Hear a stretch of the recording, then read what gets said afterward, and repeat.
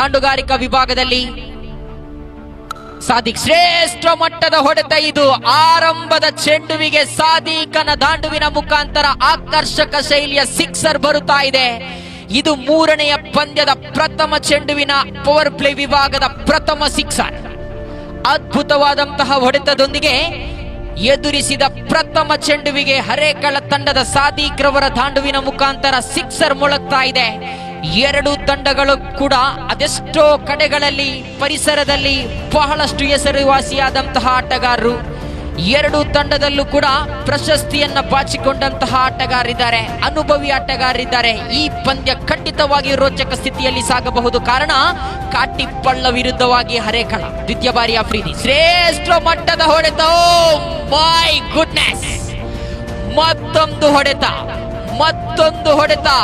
ಈಗ ಆ ಹರೇಕಳ ಡಗ್ಔಟ್ ಅನ್ನ ಗಮನಿಸುವುದಾದ್ರೆ ಕೈ ಕಟ್ಟಿ ಕುಳಿತ ಪ್ರೇಕ್ಷಕರನ್ನ ಕೈ ತಟ್ಟುವಂತೆ ಮಾಡ್ತಾ ಇದೆ. ಕಾರಣ ಎದುರಿಸಿದ ಎರಡು ಚೆಂಡುಗಳ ಮುಂದೆ ಅದ್ಭುತವಾದಂತಹ ಎರಡು ಸಿಕ್ಸರ್ ಅನ್ನ ಹೊಡೆದಿದ್ರೆ ಈಗ ಅಭಿಮಾನಿಗಳಲ್ಲಿ ಪ್ರಶ್ನೆ ಮೂಡ್ತಾ ಇದೆ, ಹ್ಯಾಟ್ರಿಕ್ ಸಿಕ್ಸರ್ ಅನ್ನ ಹೊಡೆಯಬಹುದೇ ಈ ಸಾದಿಕ್? ತೃತೀಯ ಬಾರಿ ಅದ್ಭುತವಾಗಿತ್ತು ಎಸೆತ, ಶ್ರೇಷ್ಠ ಮಟ್ಟದ ಎಸೆತ.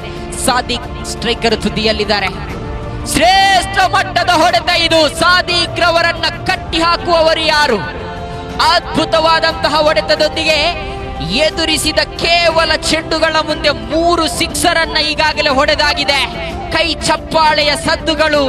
ಯಾವ ಎಸೆತಗಾರ ಈ ಆಟಗಾರರನ್ನ ಕಟ್ಟಿ ಹಾಕುತ್ತಾನೋ ಖಂಡಿತವಾಗಿಯೂ ಈ ಪಂದ್ಯದಲ್ಲಿ ದಾಖಲೆಯನ್ನ ಬರೆಯಬಹುದಾಗಿದೆ ಈ ಸಾದಿಕ್ ಎನ್ನುವಂತಹ ಆಟಗಾರ ಬೇಕಾಗಿದೆ. ದ್ವಿತೀಯ ಬಾರಿ ಶ್ರೇಷ್ಠ ಮಟ್ಟದ ಎಸೆತ ಇದು. ಕೈ ಚೆಲ್ಲಿದ ಚೆಂಡು. ಕ್ಷೇತ್ರ ಪಾಲಕರು ಎಚ್ಚೆತ್ತುಕೊಳ್ಳಿ. ತಾವು ಆ ಕ್ಯಾಚ್ ಅನ್ನ ಹಿಡಿದದ್ದೇ ಆದಲ್ಲಿ ಖಂಡಿತವಾಗಿಯೂ ಮ್ಯಾಚ್ ಅನ್ನ ಹಿಡಿಯಬಹುದಾಗಿತ್ತು. ಈ ಕ್ಯಾಚ್ ಅನ್ನ ಕೈ ಚೆಲ್ಲಿದಂತಹ ಕ್ಷೇತ್ರ ಪಾಲಕ ತನ್ನ ಎರಡೂ ಕೈಯನ್ನ ತಲೆಯ ಮೇಲೆ ಇಟ್ಟಿದ್ದಾರೆ. ಕಾರಣ ಅದು ಆ ಸಾದಿಕನ 3 ಸಿಕ್ಸರಿನ ಪರಿಣಾಮ. ಖಂಡಿತವಾಗಿಯೂ ಸಾದಿಕ್ ಇಲ್ಲಿ ಅಪಾಯಕ. ಇಮ್ತಿಯಾಜ್ ಮತ್ತೊಮ್ಮೆ